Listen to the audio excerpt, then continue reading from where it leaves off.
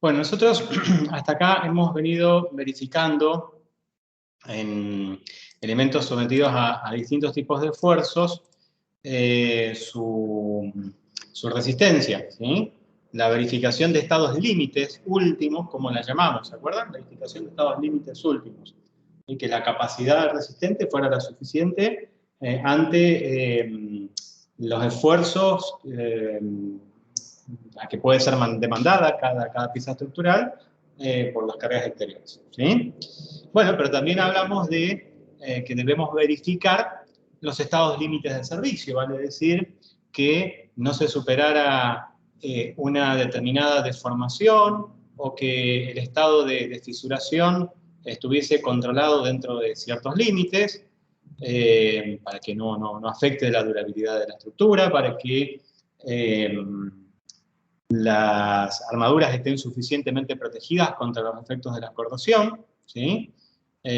A lo cual también acuden determinadas prescripciones que tienen que ver con garantizar esa durabilidad, que algunas de ellas ustedes las han visto ya en tecnología del hormigón. Bueno, vamos a repasar ahora que se clasifica de acuerdo al grado de exposición de la estructura en distintas categorías que permiten establecer criterios de diseño respecto de, bueno, algunas de las variables que tenemos en el proceso de diseño que tienen que ver, por ejemplo, con el grado de recubrimiento, ¿sí?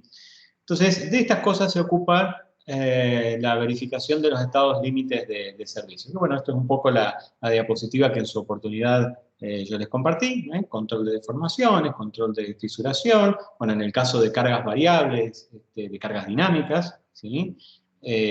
Hablamos de oscilaciones más que de deformaciones en sí, que en cualquier caso pudieran comprometer la serviciabilidad y, bueno, y la estabilidad de la estructura, ¿no? Y bueno, en términos concretos, verificar esos estados límites de servicio va a implicar en nuestra estructura controlar fisuración, que se cumplan los requisitos de durabilidad, y calcular y verificar deformaciones, que las deformaciones no sean mayores que un límite impuesto por las normas. Respecto de la primera comprobación, verificación del estado de fisuración. Si nosotros pudiésemos, y que se pueden medir las fisuras, ¿sí? en una viga, en una losa, verificar que no puedan comprometer la serviciabilidad de la pieza, afectando, por ejemplo, si tienen una dimensión importante las armaduras, ¿sí? Por infiltración de humedad, por ejemplo, implicaría hacer desde el punto de vista más riguroso, comprobar que la longitud o el ancho, la apertura de esas fisuras que se conforman en la pieza, ¿sí? En las zonas donde hay tracción en el hormigón, no superen de determinado valor, ¿sí? Concretamente, las fisuras son microfisuras, son fisuras capilares que andan en el orden del cuarto de milímetro, ¿sí? Y las causas que influyen o determinan el estado de fisuración son variadas. Bueno, y acá tenemos el resumen de ellas. Bueno, la terminación superficial de las barras. En su oportunidad dijimos, bueno, antiguamente en el hormigón armado se utilizaban barras lisas, cosa que ya no sucede, ¿sí? Hoy utilizamos barras nervuradas. Bueno, las barras nervuradas garantizan una mejor adherencia entre el hormigón y el acero. Pero bueno, utilizar uno u otro tipo de conformación, o aún así barras aún nervuradas de distintas tecnologías o distintos proveedores, hace que varíen, ¿sí? Las dimensiones de las fisuras, ¿sí? Porque acuérdense esa longitud de transferencia entre fisura y fisura, acuérdense, entre fisura y fisura que se conformaba en el hormigón, podemos delimitar lo que llamábamos una zona de transferencia de esfuerzos entre el hormigón y el acero. Es una zona en la cual el hormigón transfiere carga, digámoslo así, al acero, y esa separación tiene que ver con la terminación superficial de las barras. Las piezas en las cuales se dispongan, como es usual, barras nervuradas, barras con algún tipo de conformación, tienen fisuras que de alguna manera son más cercanas entre sí y más finas, más cercanas y más finas que en el caso de utilización de barras lisas, donde las fisuras aparecen más separadas y con un mayor ancho, con una mayor extensión. Y bueno, para una misma deformación del acero, mayor cantidad de fisuras significa que cada una de ellas tenga una menor abertura. ¿Está bien? Por eso se prefiere, entre otros aspectos, además de mejorar la adherencia y tal, hemos hablado, el uso de barras nervuradas. El hecho de tener fisuras más cercanas entre sí hace que aparezca más cantidad de fisuras con una menor dimensión, lo cual, bueno, compromete en menor medida a las armaduras, los efectos de la corrosión. La tensión efectiva a que estén sometidas las armaduras, ¿sí? La tensión a que estén sometidas las armaduras. También se ha comprobado experimentalmente que esto tiene una influencia considerable. Para condiciones de servicio, es decir, cargas que no sean cargas últimas, ¿sí? Cargas de agotamiento de resistencia, se permite tomar un valor promedio de la tensión de trabajo para cargas de servicio, de aproximadamente el 60% de la tensión de fluencia. ¿Sí? El recubrimiento de las armaduras, lo cual es más que evidente, todo ese hormigón que recubre a las armaduras, justamente las protege del efecto de la carbonatación, de la oxidación, ¿sí? En la medida en que tengamos más medida de recubrimiento, ello aumenta el espaciamiento y el ancho de las fisuras, ¿no? Al aumentar el recubrimiento, aumenta la separación efectiva entre las fisuras y también aumenta el ancho de las fisuras. Y la forma en que las mismas se dispongan, la distribución de las armaduras. Esto ya un poco lo hemos comentado antes, hicimos alguna comparativa, dijimos, bueno, siempre es preferible para una determinada sección que nosotros tengamos que disponer de acero, de la subese, ¿sí? Colocar, por ejemplo, en caso de una losa, mayor cantidad de barras de acero, menores espaciadas que ante la opción de barras de mayor diámetro con mayor separación. ¿Está bien? Porque, bueno, acuérdense que justamente si yo comparo muchas barras de diámetros pequeños contra mayor cantidad de barras con diámetros grandes, el área lateral, la suma de las áreas laterales de las barras es mayor en el primer caso. Entonces, la tensión efectiva, la tensión de resbalamiento, ¿sí? A lo largo de esas barras de menor diámetro resulta ser menor. Entonces se prefiere este tipo de distribución. Bueno, acá vemos un esquema que de alguna manera me sirve para explicar cuál es el ancho esperado, cuál es el ancho probable de las fisuras según estos autores, Diary y Dut, ¿sí? Esta es una expresión que aparece en el libro de Moller, donde están de alguna manera recogidos esos factores que yo les mencioné hace un momento. Entonces, se toma como referencia una viga que puede ser una viga de sección tipo T, una viga placa, ¿sí? Y W, como ustedes ven en el gráfico, viene a representar el ancho de las fisuras, ¿sí? Con el análisis dimensional, que ahora les voy a comentar respecto de cada una de estas variables, el ancho W, el ancho probable de las fisuras, está expresado en milímetros. ¿Está?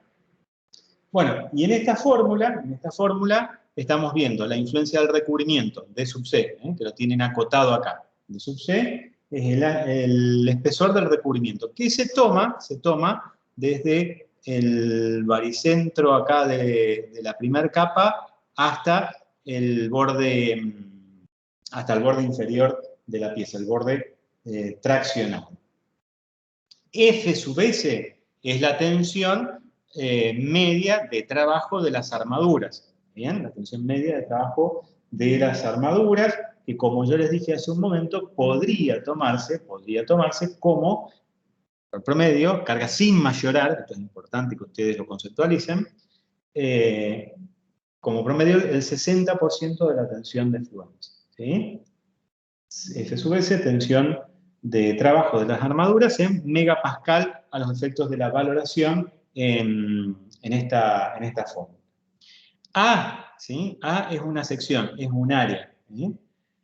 Para la aplicación de esta fórmula viene a ser el área de hormigón que rodea una barra. Ustedes tienen acá un paquete de barras que absorben la tracción y A es el área de hormigón que rodea una barra. Y se calcula como el área total efectiva del hormigón que rodea el conjunto de las armaduras dividido por el número de las armaduras. ¿Está bien?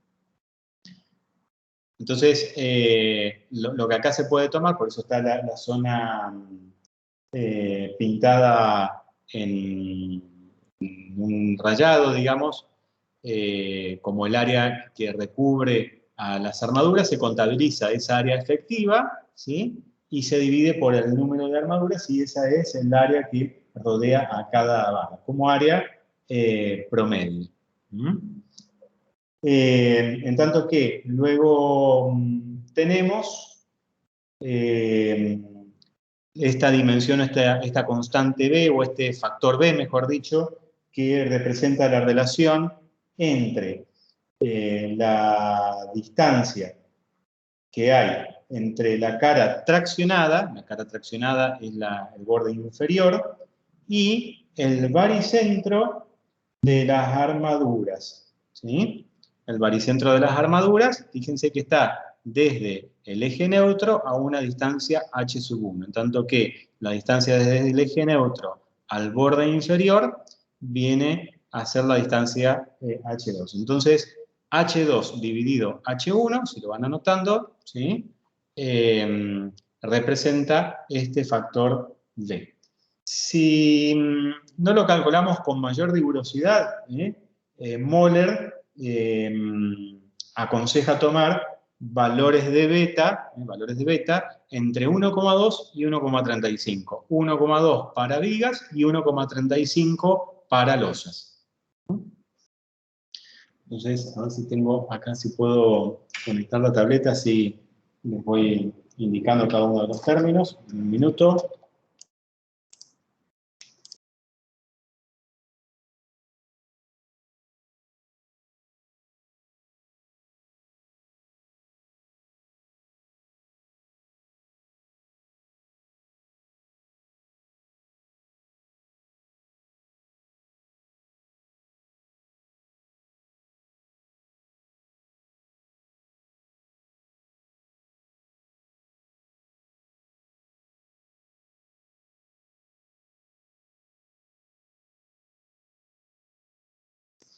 Bueno, entonces, dije, a ver si puedo escribir, que ayer no me andaba muy bien la tableta, tenía un problema de sensibilidad. Beta es la distancia h2 sobre h1, es decir, distancia desde el eje neutro hasta el borde traccionado de la primera y distancia desde el eje neutro hasta el baricentro de las armaduras traccionadas. ¿Sí? La bibliografía aconseja tomar entre 1,2 y 1,35. 1,2 para vigas, 1,35 para losas. Así lo recomienda Moller. ¿Sí? Y luego, además, el factor A viene a representar el área de hormigón que rodea las barras, área de hormigón que rodea las barras, dividido el número de barras. ¿Está bien? Fíjense que acá el área de hormigón que rodea las barras se puede calcular determinando la distancia que hay desde el borde inferior, el borde traccionado, hasta el baricentro de las armaduras traccionadas. ¿Sí? Esa distancia está acotada como Y, en tanto que la altura en que se considera que el hormigón embebe a las barras sometidas a tracción es 2 veces Y. Entonces ustedes calculan la posición del baricentro, hacen 2 veces Y y tienen el área que embebe a las barras. ¿Está bien? Calculan esta área, que la computan, que es sencilla, es decir, área bruta, y dividen por el número de barras. Y eso les va a dar, ¿sí?, este factor A que tienen acá en la fórmula. ¿Estamos? Bueno, entonces eso nos da un ancho probable de las fisuras en elementos sometidos a flexión. Y esto hay que comprobarlo con las condiciones o los valores admisibles que nos dan las normas y que en general están referidos a condiciones de exposición de la estructura. Bueno, acá tienen una tabla orientativa, donde fíjense, bueno, para condiciones de aire seco, o para estructuras con mayor grado de exposición, por ejemplo, digamos, sometidas a agua de mar,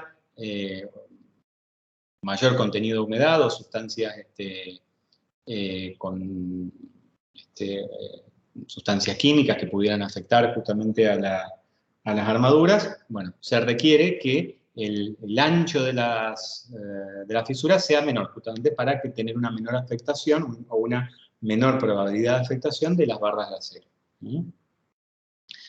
Pero bueno, ustedes observen que tener que verificar para cada elemento sometido a flexión el ancho probable de fisuras, bueno, esto se puede hacer, de hecho, hoy con ramas no hay mayor inconveniente, pero bueno, resulta en alguna medida poco práctico, ¿sí?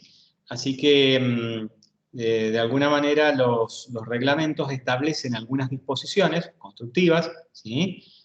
Para garantizar que el ancho esperado esté dentro de los límites admisibles que las normas plantean.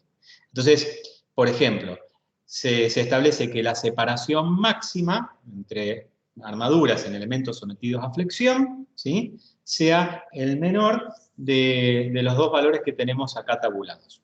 ¿Ah? Separación máxima entre las armaduras en elementos sometidos a flexión sea el menor de estos elementos que tenemos, estas fórmulas que están acá tabuladas. Entonces, dice separación máxima menor o igual que 38 centímetros por el cociente entre 280, una tensión, sobre F sub S, que era la tensión de trabajo del acero. Acuérdense, les dije, lo pueden tomar como 0,6 veces la tensión de fluencia. ¿Está?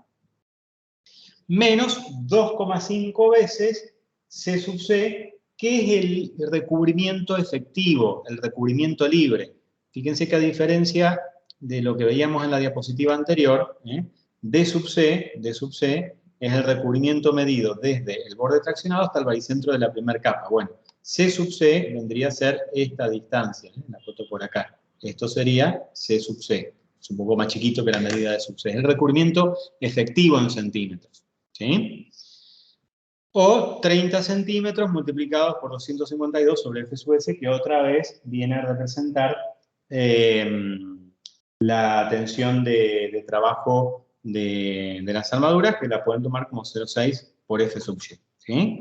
El menor de estos valores te da la separación máxima. Entonces, si vos respetás eso, los anchos de fisuras y el espaciamiento de las mismas está dentro de los límites esperables y no comprometen el comportamiento de servicio de las mismas. ¿Sí?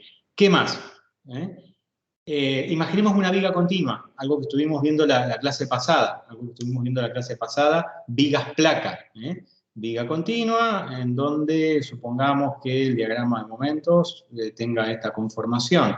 Aquí, en el apoyo, la viga placa, de la viga placa, tenemos fuertes tensiones de tracción en el apoyo. Entonces, si nosotros concentramos la totalidad de armadura traccionada en coincidencia con el ancho del nervio, ¿sí?, se pueden originar, si tenemos mucha concentración de armadura, fisuras de abertura importante. Entonces, lo que propone la CENSOP 201 es distribuir la armadura que vos calculás para el apoyo en vigas continuas, en la placa, ¿sí?, de una manera más racional, una mayor distribución de las armaduras, de manera de evitar ese efecto de una fisuración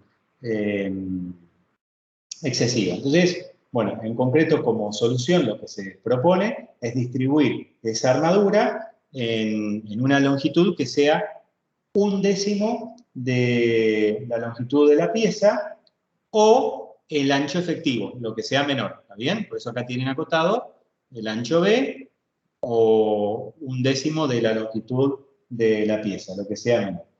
El resto de la armadura, se distribuye, si fuera el caso que el ancho B fuera menor, que fuera mayor, en caso que el ancho B sea mayor, el exceso de armadura, ¿sí?, acá colocamos A sub S, colocamos una armadura adicional a uno y otro lado para el control de las fisuraciones. ¿Sí? Bueno, esto viene a completar algo que la clase pasada, ya que estuvimos hablando de placas, no lo presenté, pero bueno, tiene más que ver con esto de la verificación del estado de servicio en apoyos intermedios de vigas continuas, donde efectivamente en la placa, en la parte superior de la placa, hay tracción. Entonces, como criterio, distribuimos la armadura en lugar de concentrarla en el ancho del largo. Bien. Otro requerimiento u otra disposición constructiva que me garantiza, digamos, una mejor distribución de las fisuras que se puedan presentar en la viga. ¿Qué nos dice el reglamento? Bueno, dice el reglamento cuando la altura útil en una viga, en una viga sea mayor de 1 metro, ¿sí? Coloquemos una armadura en los laterales. Acá fíjense que tienen la armadura resistente, la que calculan por flexión, pero además se coloca una armadura que se la suele denominar como armadura de piel. ¿Está bien? Esto en el caso de que la tracción esté abajo. Si la tracción está arriba, esa armadura se distribuye en la zona superior. Estas armaduras distribuidas en las caras laterales de la viga le garantiza un mejor comportamiento en términos de fisuración. Con una separación S sub K entre esas barras, ¿sí? Que está ligada de alguna manera a estas expresiones que tienen por aquí abajo. La separación efectiva tiene que ser el menor valor entre la altura D sobre 6 o 30 centímetros o 1000 veces multiplicado por el área de hormigón sobre la altura D. ¿Sí? El menor de esos tres valores nos da la separación en altura que tienen que tener esas armaduras, insisto, que se suelen llamar armaduras de piel, ¿sí? Y que garantizan una menor extensión de fisuración sobre las caras laterales de la viga. El diámetro, bueno, el diámetro de alguna manera, en este caso, si solo hay flexión y no hubiera torsión, que es un tema que nos vamos a estudiar más adelante, bueno, lo podemos establecer constructivamente. Bueno, acá podemos pensar, por ejemplo, en barras de 10 milímetros, como diámetros mínimos a utilizar para conformar esas armaduras de piel, ¿sí? Esas armaduras tienen que concentrarse en la mitad inferior de la viga. Entonces, esas disposiciones para controlar el estado de fisuración. ¿Qué más? Tenemos que garantizar los criterios de durabilidad.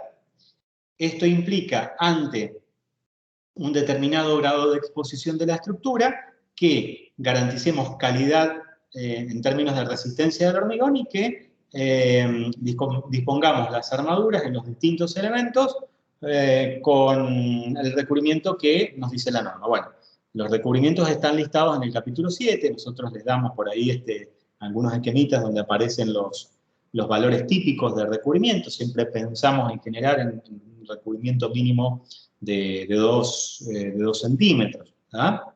De ahí siempre a valores más importantes, pero siempre el mínimo 2 centímetros. Bueno, donde ambos vienen dados en función de las condiciones de exposición de la estructura, ¿sí? Que, bueno, el reglamento en concreto, para esos grados de exposición, ¿sí? Que los designa, como ven acá ustedes en esta tabla, que es una tabla que tienen en el reglamento, creo que en el capítulo 7, desde A1 a Q3, ¿sí? Fíjense, A1 en interiores de edificios no sometidos a condensaciones, exteriores de edificios revestidos, ya A2 contempla ambientes húmedos, A3 climas tropicales con temperaturas más importantes y con algún grado de agresividad química. Bueno, C1 cuando está sometida a ciclos de congelamiento y deshielo, ¿sí? Bueno, distintas condiciones que ustedes pueden ver en esta tabla que está presente en el capítulo 7. Entonces, el reglamento te dice, bueno, ante cada una de estas condiciones hay que garantizar una mínima resistencia especificada a compresión, la que dice esta tabla. Bueno, desde el primer día de clase venimos insistiendo en que el hormigón de mínima calidad resistente es el hormigón H20, ¿sí? Armadura tesa es la armadura que utilizamos cuando aplicamos la tecnología del pretensado, que es algo que vamos a ver más adelante. Nosotros, de momento, nos debiéramos situar aquí en esta primera columna, sin armadura tesa, es decir, armadura coardiente de hormigón. Fíjense que resistencias que van desde 20 hasta 40 megapascal como valores mínimos. Y bueno, y tienen en el capítulo 7 de recubrimientos, ¿sí?, los valores mínimos que tienen que respetar, en función de si tienen, por ejemplo, contacto directo con el suelo, que podría implicar, digamos, es un medio húmedo, mineral, ¿sí?, tanto en cimientos, en tabiques, ¿sí?, en un caso con caras directamente expuestas al suelo, digamos, al medio húmedo. Fíjense que el recubrimiento mínimo está dado en función de los diámetros de las barras, entonces te dice 35 milímetros, ¿sí?, para diámetros mayores de 16 milímetros. Y si no, bueno, tendrá otro valor que lo ves ahí en la tabla. El diámetro de las armaduras influye en el valor del recubrimiento mínimo. Cara expuesta y cara interior que no está expuesta, donde el recubrimiento es menor. Caso de una losa, con valores mínimos, ¿sí? Y bueno, hay distintos ejemplos que ustedes los pueden ver, ¿sí?, los tienen inclusive en las tablas ahí para repasarlos. El reglamento, tabla 771, para distintas condiciones, losas, tabiques, vigas con distintas condiciones de exposición, te dice cuáles son los valores mínimos, ¿sí? Haciendo la advertencia, acá fíjense a pie de página, dice, bueno, si las clases de exposición o los grados de exposición son A3, Q1, C1, hay que incrementar estos valores en un 30%, porque son, digamos, condiciones más severas. Y en un 50% para estas categorías de exposición, según lo que veíamos en la tabla anterior. Es lo que, digamos, está aquí resumido en esta tabla. ¿Estamos? Bueno, acá está el repaso de esta tabla, que es la tabla 2.1, donde están caracterizados y descritos cada una de las condiciones.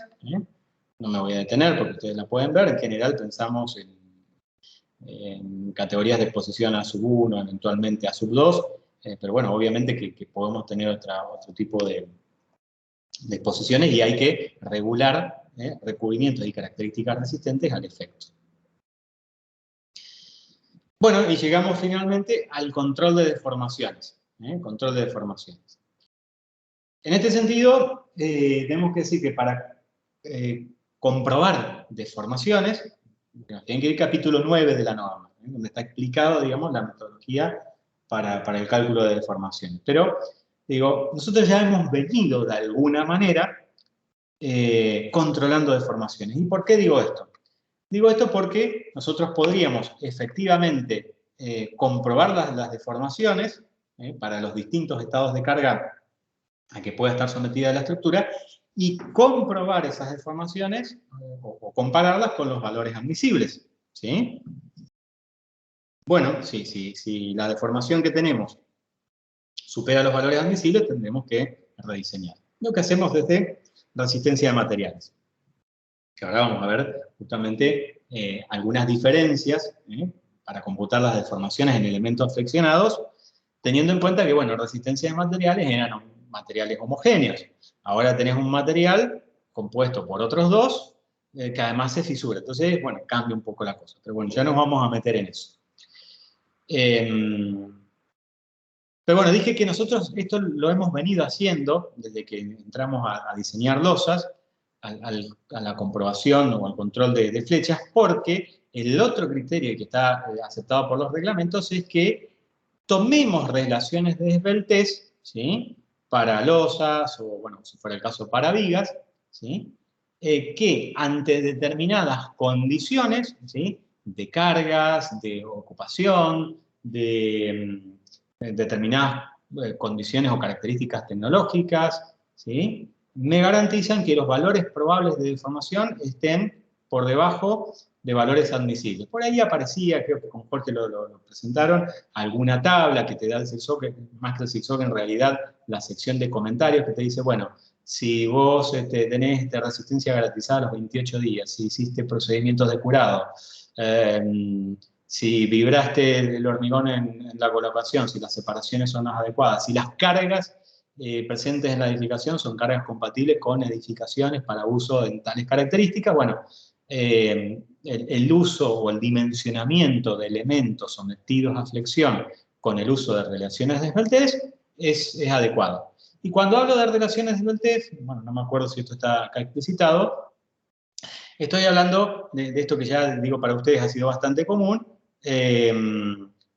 cuando dicen, bueno, la altura de la viga, ¿sí?, tiene que ser mayor o igual que la luz del elemento sobre un coeficiente. Y lo mismo o algo similar para el caso de una losa. ¿Bien? Son relaciones de esbeltez entre la longitud de la pieza y la altura que me garantizan, bueno, estar dentro de determinado rango de valores de deformación. Creo que inclusive esto ya lo han dicho, ya se lo hemos comentado en más de una oportunidad, pero bueno, esto está aceptado. ¿Sí? Y bueno, cuando dudemos por allí de la deformación que pueda tener algún determinado elemento, bueno, lo podemos calcular. Lo podemos calcular. Digamos, la verificación rigurosa implicaría determinar en cada elemento deformaciones y luego determinar que estén por debajo del valor admisible, pero bueno, eso si nosotros hemos trabajado limitando esbelteces, en general no nos proporciona mayores inconvenientes, salvo que tengamos, por ejemplo, qué sé yo, una viga invertida en un entrepiso que tenga muy poquita altura y que tenga una luz importante. Entonces ahí como tengo dudas, digo, bueno, voy a verificar la flecha máxima en esa viga que tiene una altura reducida. Ustedes saben, bueno, una altura reducida implica una inercia reducida. Entonces, por tanto, deformaciones importantes. Lo mismo que si yo, una losa, una placa de grandes dimensiones, donde más allá de que la haya predimensionado a través del método de establecer relaciones de esbeltez, podría suceder que digamos, tuviera alguna duda respecto de la deformación concreta que la placa, que la losa tenga. ¿Sí?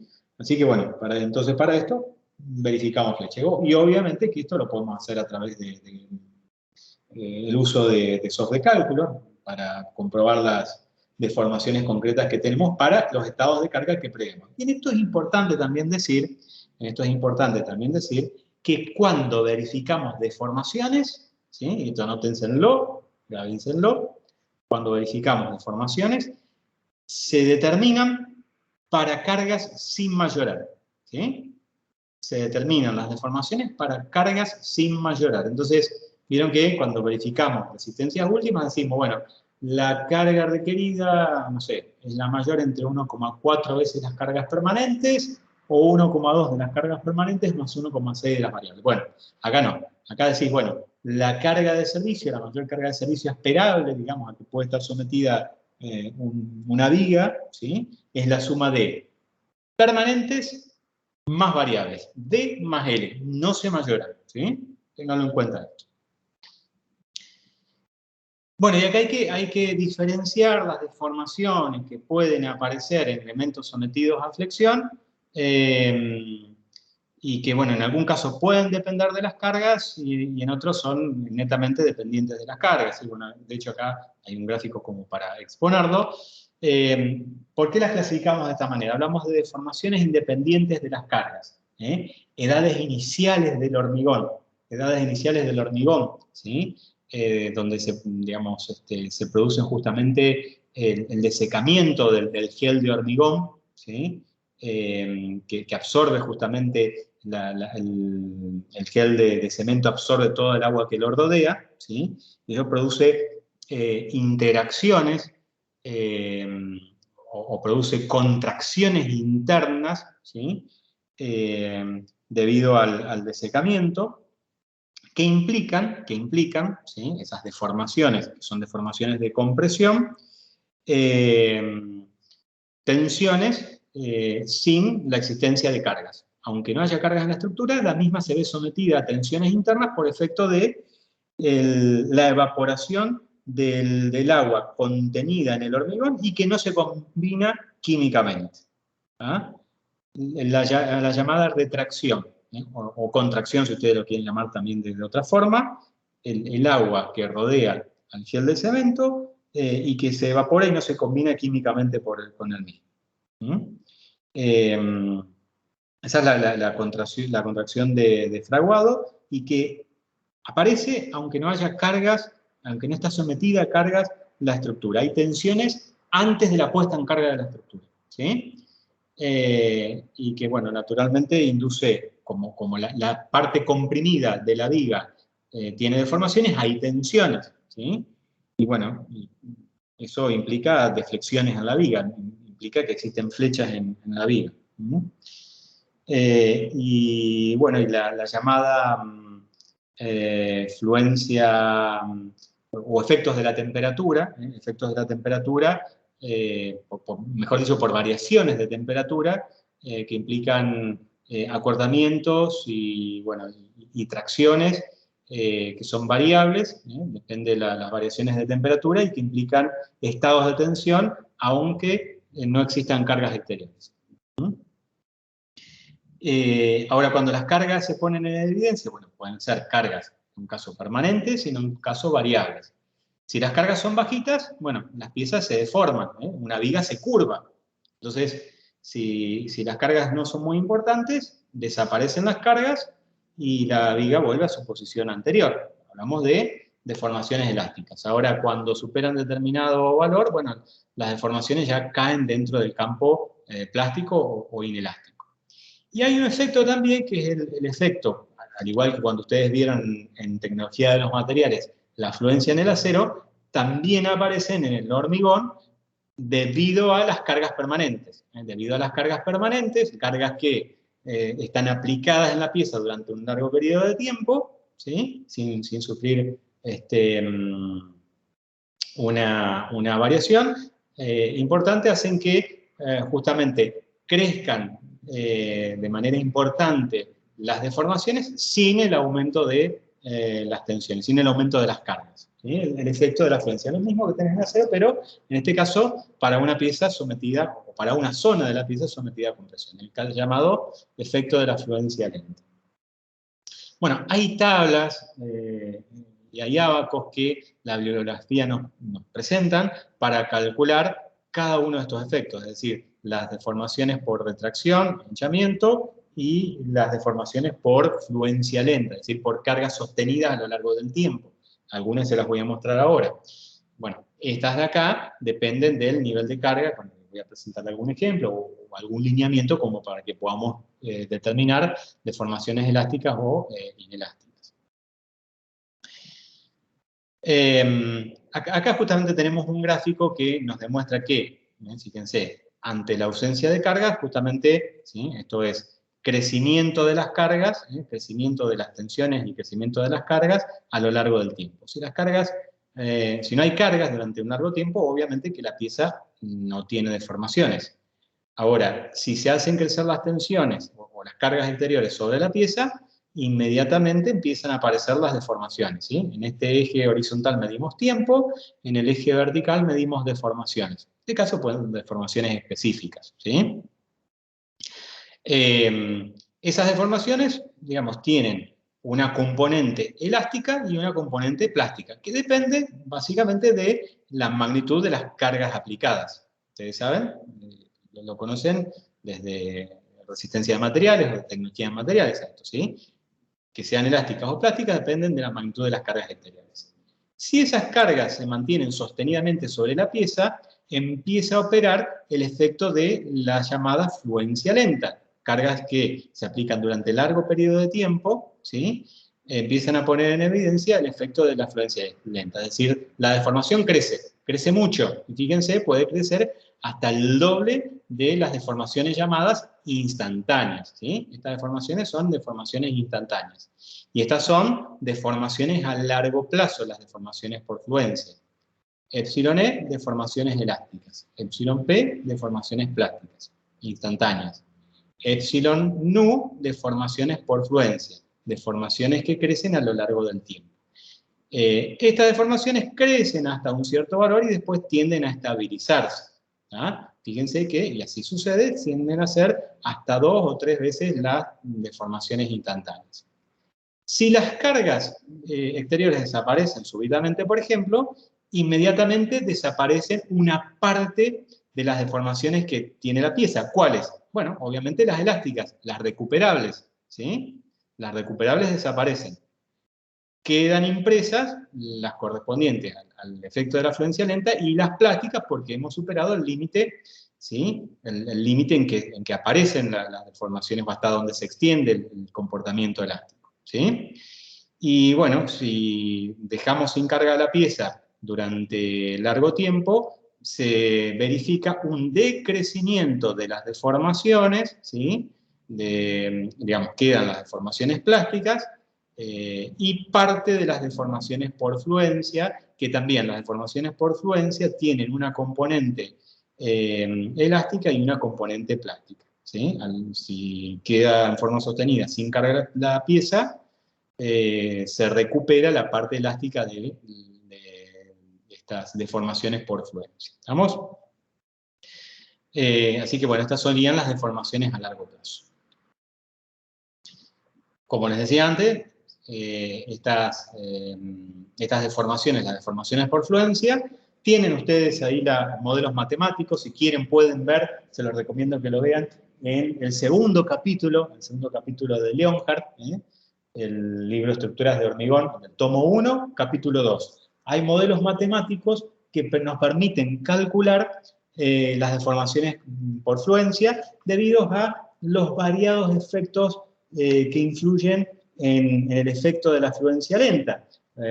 Efectivamente, bueno, el nivel de cargas sobre la pieza, influye el tipo de cemento que utilizamos, influyen las condiciones ambientales, básicamente hay algunos parámetros que tienen que ver con el contenido medio de humedad del ambiente en que la pieza está prestando servicio, ¿tá? Las dimensiones de la pieza, bueno, todas estas variables se tienen en cuenta en los modelos matemáticos que presentan los distintos autores, ¿sí? Por eso les digo, estas curvas, si ustedes las pueden recuperar, están presentes en el capítulo 2 del tomo 1 de Leonhardt y está explicado específicamente el modelo matemático para determinar las deformaciones por fluencia. No lo voy a presentar acá porque no tiene sentido y aparte hay algunos factores más prácticos que permiten tener alguna aproximación a un valor probable de la deformación por fluencia lenta. ¿Alguna duda hasta acá? ¿Algo que quieran consultar?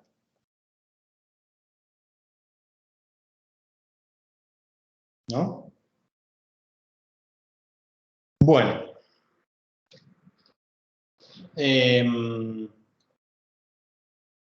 Claramente cuando nosotros tenemos una viga sometida a flexión, ¿sí? La fluencia opera de tal forma que, ustedes supónganse el diagrama de deformaciones, el diagrama de deformaciones donde tenemos acá arriba la deformación de compresión en el hormigón y abajo tenemos un diagrama, disculpen la prolijidad, o desprolijidad porque tengo un problema de sensibilidad con el lápiz óptico. Y acá abajo tenemos las deformaciones del acero. La fluencia opera de tal forma que estas deformaciones acá arriba crecen, ¿tá? Sin que se opere crecimiento de las deformaciones en el acero. Entonces nos encontramos con que si eso sucede, se produce un desplazamiento del eje neutro y un aumento de la zona comprimida del hormigón. Entonces, bueno, esto nosotros tenemos que comprobarlo, en términos de lo que es el valor específico que va a tomar. ¿Cómo lo controlamos esto? A partir de verificar la flecha máxima que pueda tener una viga por este efecto. ¿Ah? Y bueno, si nosotros comprobamos las flechas en cada elemento, conociendo las cargas que lo solicitan y la rigidez a flexión, esto resulta relativamente fácil. Si conocemos las cargas, las condiciones de apoyo, las condiciones de vínculo, bueno, es relativamente sencillo. Pero bueno, en estructuras de hormigón, en realidad no es tan sencillito el asunto, porque en realidad este factor que aparece acá abajo, ustedes supónganse, ustedes saben desde resistencia de materiales. Si yo tengo una viga simplemente apoyada, sometida a una carga W, esta W podría ser igual a D más R, ¿está bien? La flecha máxima, bueno, 5 QL a la cuarta sobre 384 de polvo. Esto es para un material homogéneo, esto que tenemos acá.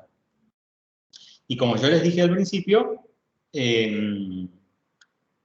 acá tenemos una viga de hormigón, que está conformada además por acero, hormigón armado, donde además la sección rectangular, si ustedes quieren, para simplificarlo, resulta que está fisurada. Está fisurada. Así que bueno, eso lo vamos a tener que contemplar en la valoración de la rigidez. Eso afecta de manera muy importante a la flecha que ustedes tienen. Bueno, acá tienen la expresión, si tienen carga concentrada, lo sacan de cualquier tabla, ¿sí? Esa flecha que ustedes calculan, insisto, con la valoración más precisa posible que puedan de la rigidez de la viga, es la flecha instantánea para este estado de cargas. Pero como vimos antes, las deformaciones crecen a largo plazo. Ahora vamos a ver cómo las calculamos, ¿sí? Antes de entrar a ver cómo calculamos esas flechas a largo plazo, vamos a decir, ya digamos, hablando concretamente de la rigidez a flexión, este factor E por I, primero, el valor E, el módulo de elasticidad, es el módulo de elasticidad del hormigón. ¿Sí? ¿Se acuerdan ustedes? Módulo de elasticidad del hormigón, 4700 por la raíz de F'. ¿Sí? El E es el E del hormigón, 4700 por la raíz de F'. Ahora, ¿qué pasa con la inercia en la viga? ¿Qué pasa con la inercia en la viga? No podemos tomar la inercia bruta, ¿sí? No podemos tomar la inercia bruta. La verdad es que en una viga que presenta fisuras en su zona traccionada, voy a tratar de hacer lo más prolijo posible.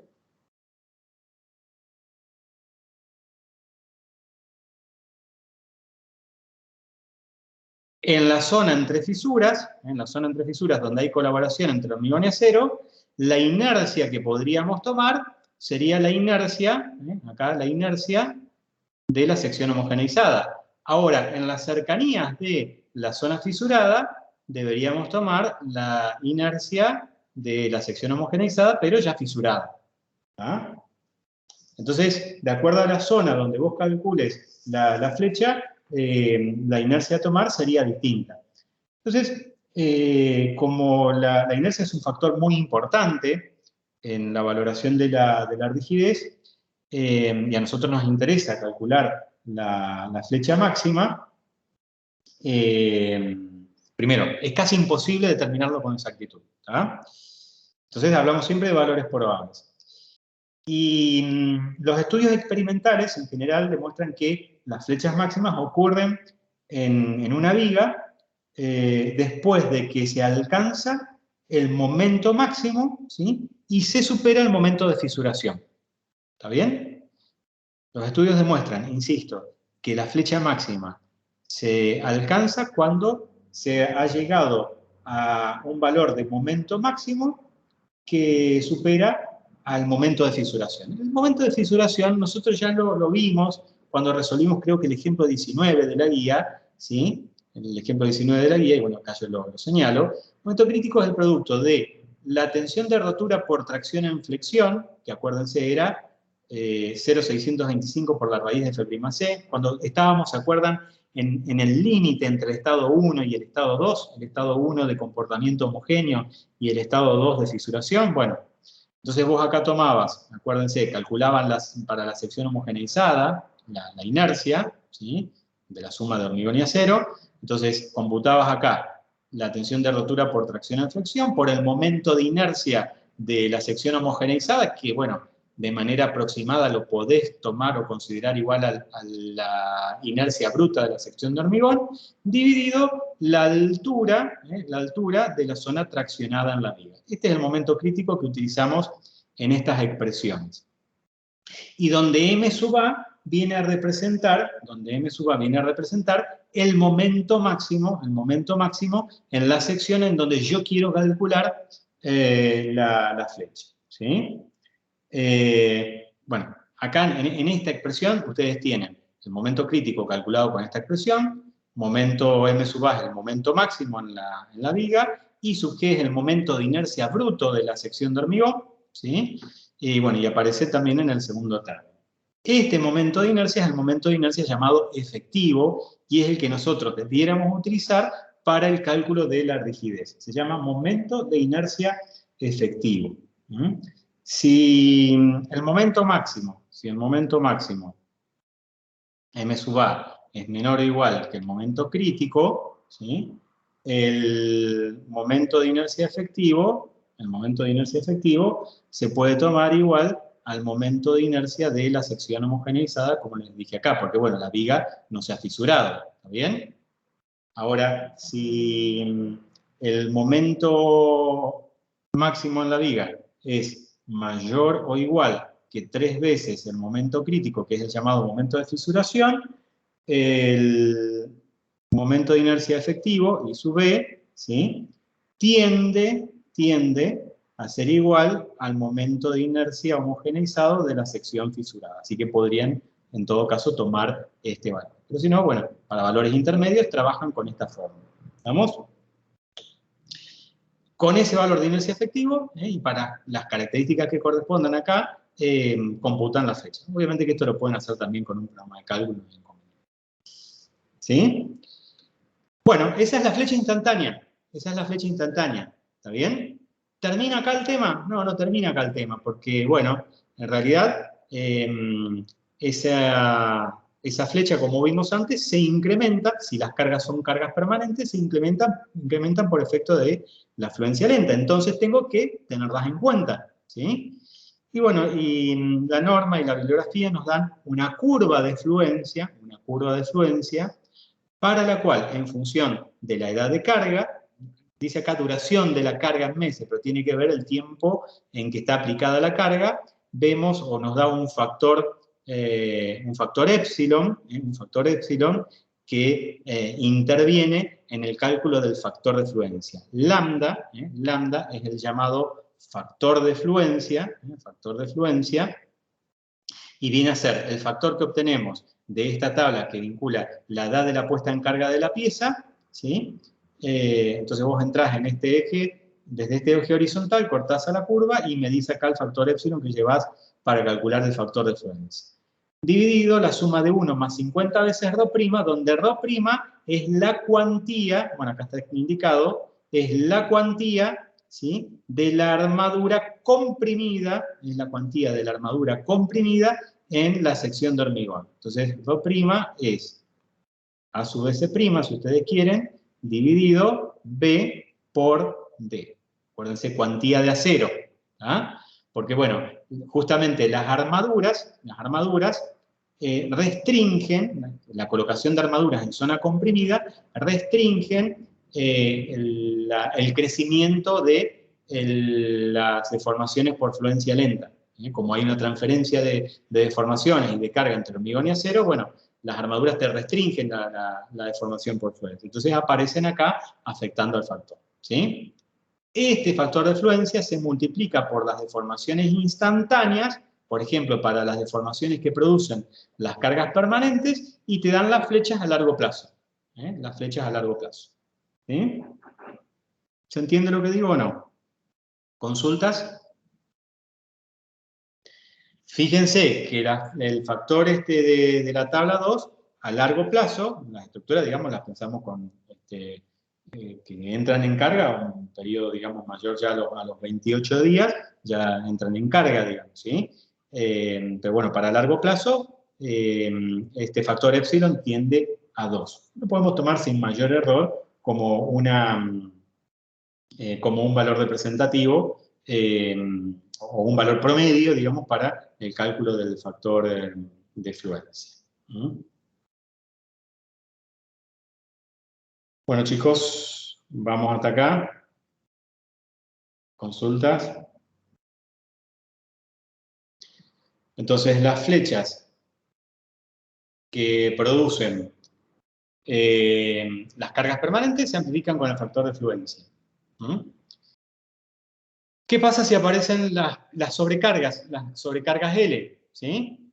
Bueno, tendríamos que sumar justamente las flechas que aparecen por la sobrecarga. Pero, ojo con la determinación. ¿Por qué? Porque resulta que justamente la relación entre acciones y deformaciones es una relación no lineal en el hormigón. Piense que aparte, una sección acá fisurada, y hay, obviamente, ya lo saben a esto, hay relaciones de no linealidad entre carga y deformación en el hormigón.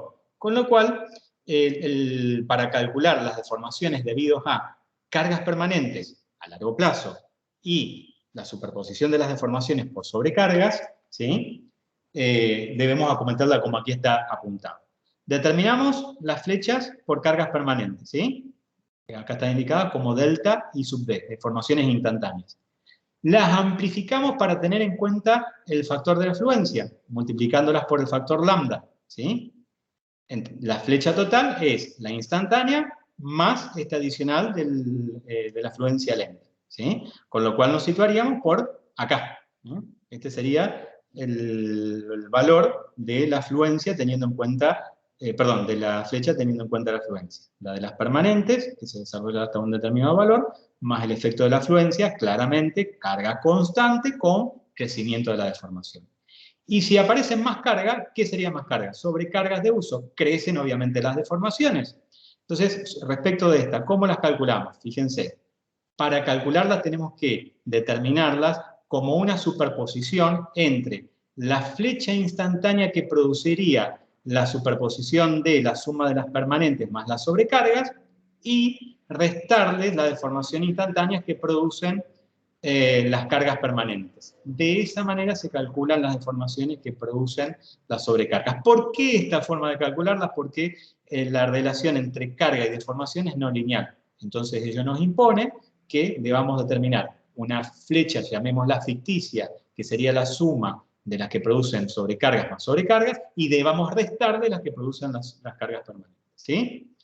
Y bueno, y finalmente la flecha total es la suma de lo que tenemos de cargas, digamos, permanentes, considerando el efecto de la afluencia lenta, más la que producen las sobrecargas, según esta expresión que vemos en el paso 4. ¿Ya? Bueno, entonces, esa es la determinación que tenemos que prever.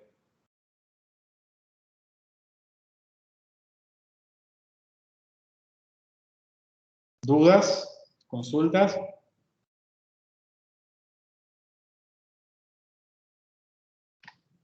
Y esas flechas, ¿sí? Esas flechas se tienen que comprobar contra las flechas admisibles.